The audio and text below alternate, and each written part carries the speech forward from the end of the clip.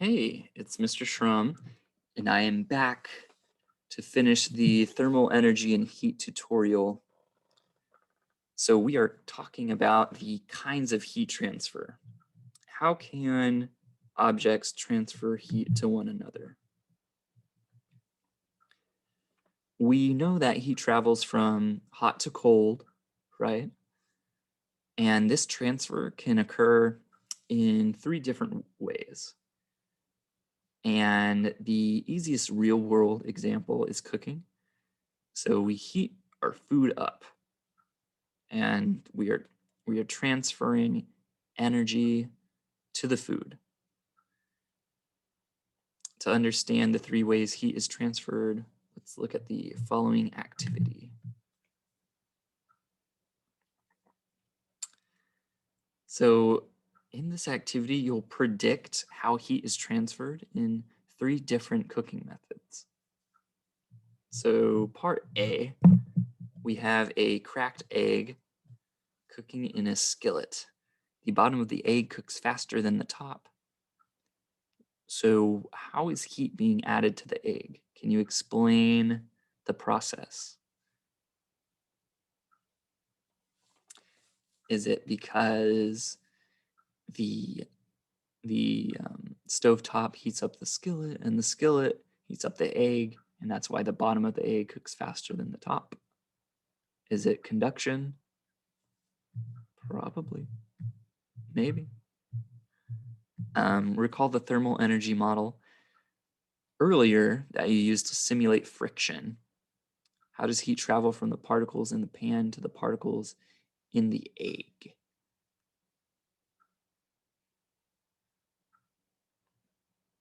How does heat travel? So thinking back to the simulation where you can visualize what's happening to the particles, how is it happening? And now we move to the next cooking method. A loaf of bread bakes in an oven. The bread is on a rack about 1 foot above the heat source. However, the top of the bread cooks just as fast as the bottom. How is heat being added to the bread? So this sounds more like convection to me. You're heating up the entire fluid of air in the oven, and that is cooking the bread thoroughly. A potato cooks in a microwave oven. Microwaves are invisible waves, keyword waves, that contain energy. How is heat being added to the potato? So that sounds different than the two other ways. If we're dealing with waves or particles, we are dealing with radiation.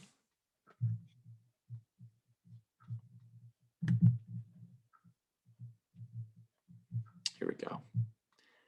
So heat transfers can occur through conduction, convection, and radiation.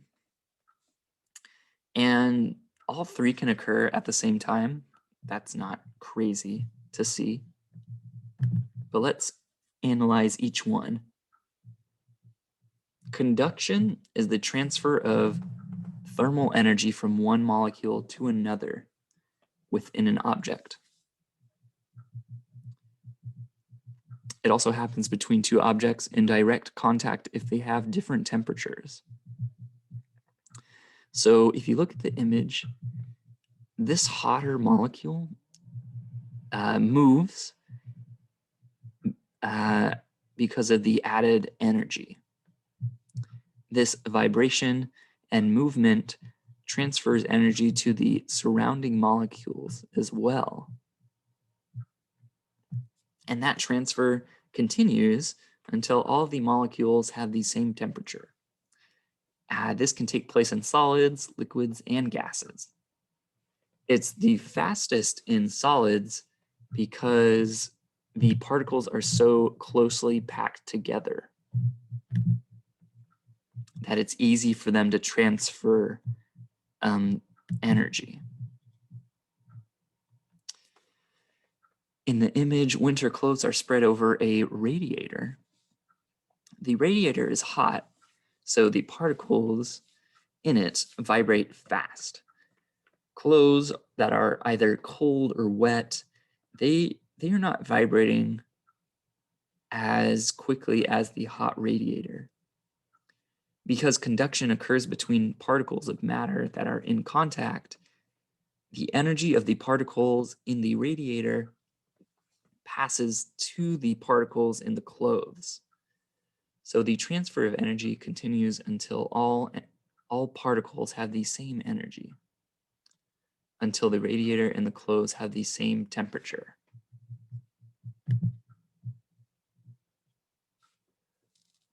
So when we're cooking, it's important to remember what types of materials are conductors or insulators.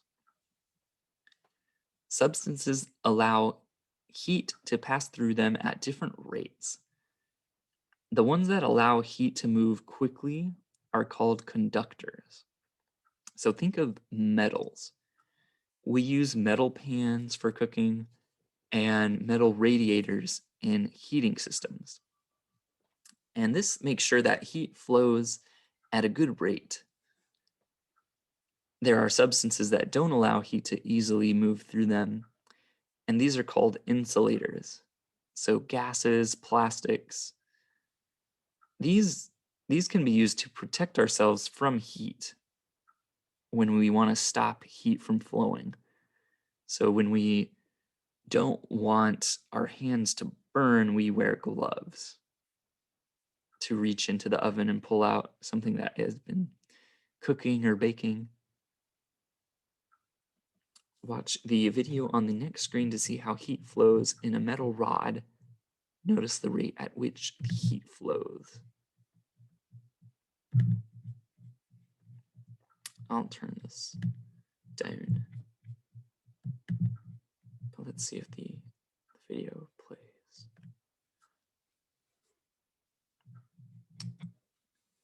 Of a rod.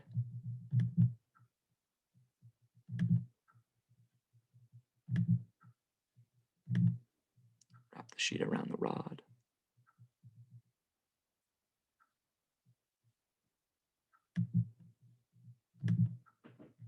And then you apply a flame.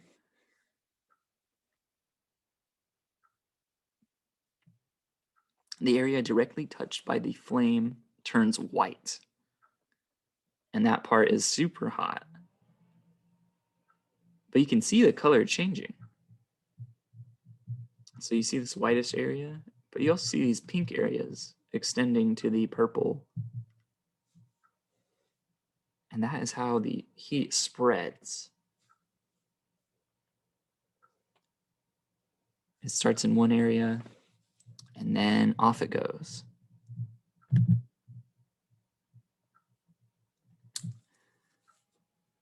The next method is convection.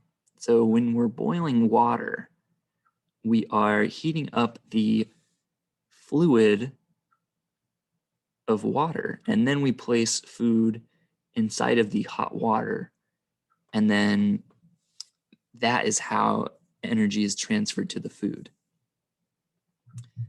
And this only occurs in liquids and gases. Solids, this is not a thing that happens at all. Particles of matter rise and sink based on temperature and density differences. So the warmer section moves upward while the cool moves downward. And that's why you see boiling, the hot water is coming to the surface, and then as it cools, it travels back down to the bottom. And that creates circulation. That's what we see when it boils. Radiation, on the other hand, so think of the heat from the sun. It doesn't need water or gas to transfer the heat. It doesn't even need particles to transfer heat. It needs electromagnetic waves. That's the method of heat transfer. All objects emit electromagnetic waves. The kind of waves an object emits depends on the temperature of the object. So when a cooler object absorbs waves emitted by a warmer object, its temperature increases. Electromagnetic waves are a form of energy. These waves travel through a vacuum without any help of particles. The waves are just light. It's just a type of light. Or one kind of electromagnetic wave is light. We see light, but we can't see other kinds of electromagnetic waves. Some of it's invisible to our human eye. If we place our hands near a heater, we can feel the heat, but you won't see it with our naked eye. And that's infrared electromagnetic waves that are radiating outward in all directions from the heater.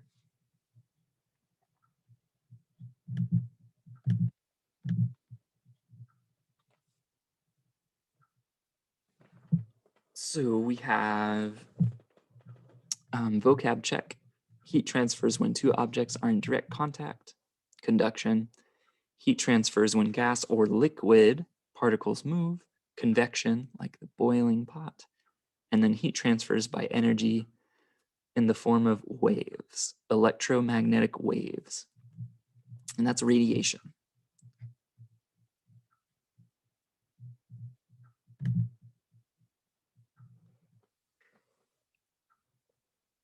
Here we have some visual examples. The sun is an example of radiation. Being near a body of water, and it shows you how the circulation of air and water move in the area. That is convection. And then conduction is a flame over or under a substance.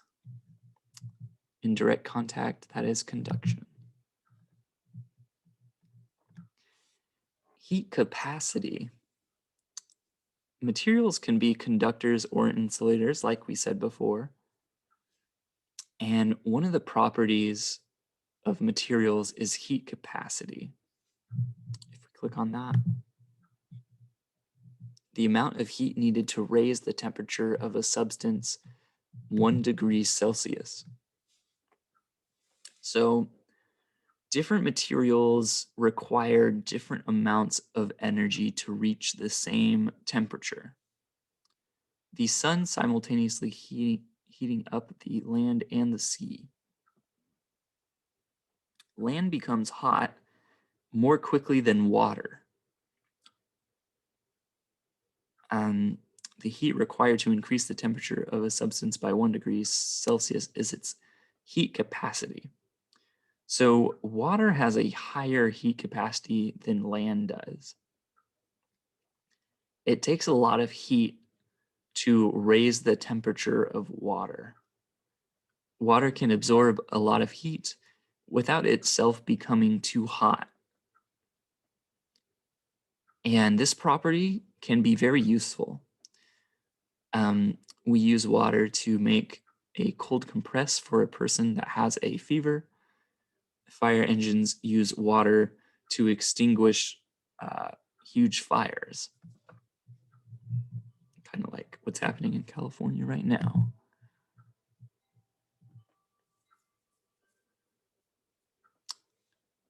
Kylie places a cube of metal A and a cube of metal B in two separate beakers of water. Then she heats them up. She keeps the mass of metal, the amount of water, and the amount of heat the same.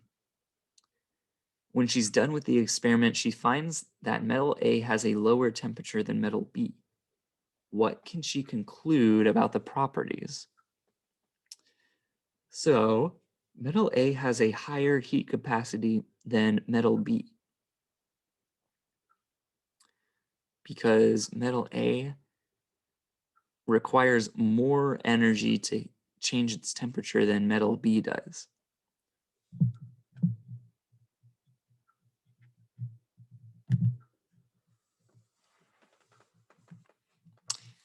Science in the news. So, firefighting materials.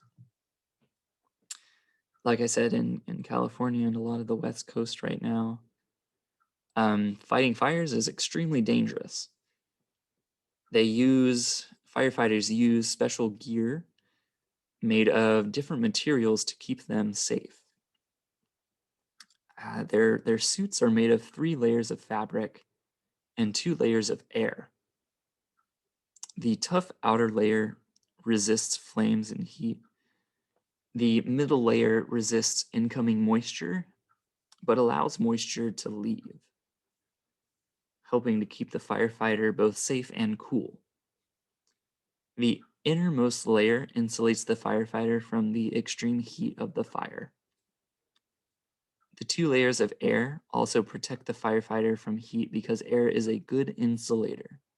So heat does not transfer quickly through air.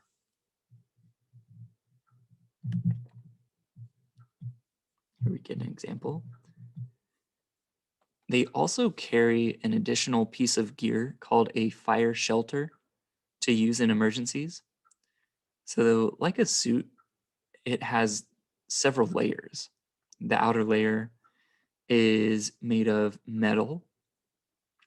Although metal is a good conductor, when in contact with a hot object, it favorably reflects light and infrared rays. So it can get quite hot without being destroyed. The next layer below the metal layer is made of an insulator. And that insulator prevents heat conduction. So while the outer layer reflects light, infrared rays, and heats up, the second layer insulates the firefighter from that heat built up on the first layer. Existing fire shelters aren't very effective. You'll read about a teenager that invented a better fire shelter. So let's see what he did. Oh, it gives you an article. Why did he invent that? Why was it so important? What materials did Nicholas use? Why did he choose those materials? How did he test it? So if you look at the article,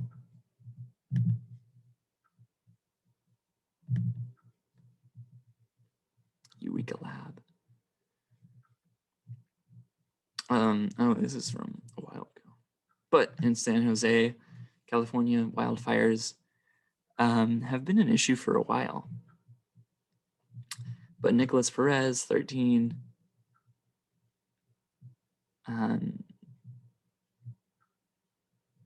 when he cut open diapers, he found small crystals of a chemical called sodium polyacrylate. When dry, it's a crystal, but when exposed to water, it plumps up into a moist gel. That's many times its original size. So he cut open a bunch of diapers and collected a lot of these crystals. And when he collected these crystals and made them into a gel, it formed a fire-resistant shield in a doorway, one that could withstand direct blasts from a blowtorch. So he entered a competition, a program, the master's program, sponsored by a company. Here he is showing off his stuff. But that is pretty cool. In his oven, the official U.S. Forest Service fire shelter heated very quickly. It reached my thermometer's maximum capacity of 390 degrees Fahrenheit after 15 minutes. But inside his new fire shelter, the egg stayed comfortable. The air temperature in the box climbed only 11 degrees Fahrenheit, and the egg it sheltered remained completely raw. So he showed that his fire blanket and the official fire blanket, he exposed them to the blowtorch. The official U.S. Forest Service reached 240 degrees Fahrenheit when it was torched, but Nicholas's shelter stayed nice and cool. It didn't go up any degrees and stayed the same the whole test, which is pretty cool. To tweak his shelter's design, he's already getting a patent. But that isn't an example of using the principles of heat transfer and the types of materials in which heat transfers faster or cooler. And you can use that knowledge to build better equipment, whether you're fighting fires or you're in a manufacturing environment and you need to direct heat away from delicate objects. You know how heat is conducted or convected or radiated. So hopefully you found that useful and interesting, and I will see you guys later. Bye-bye.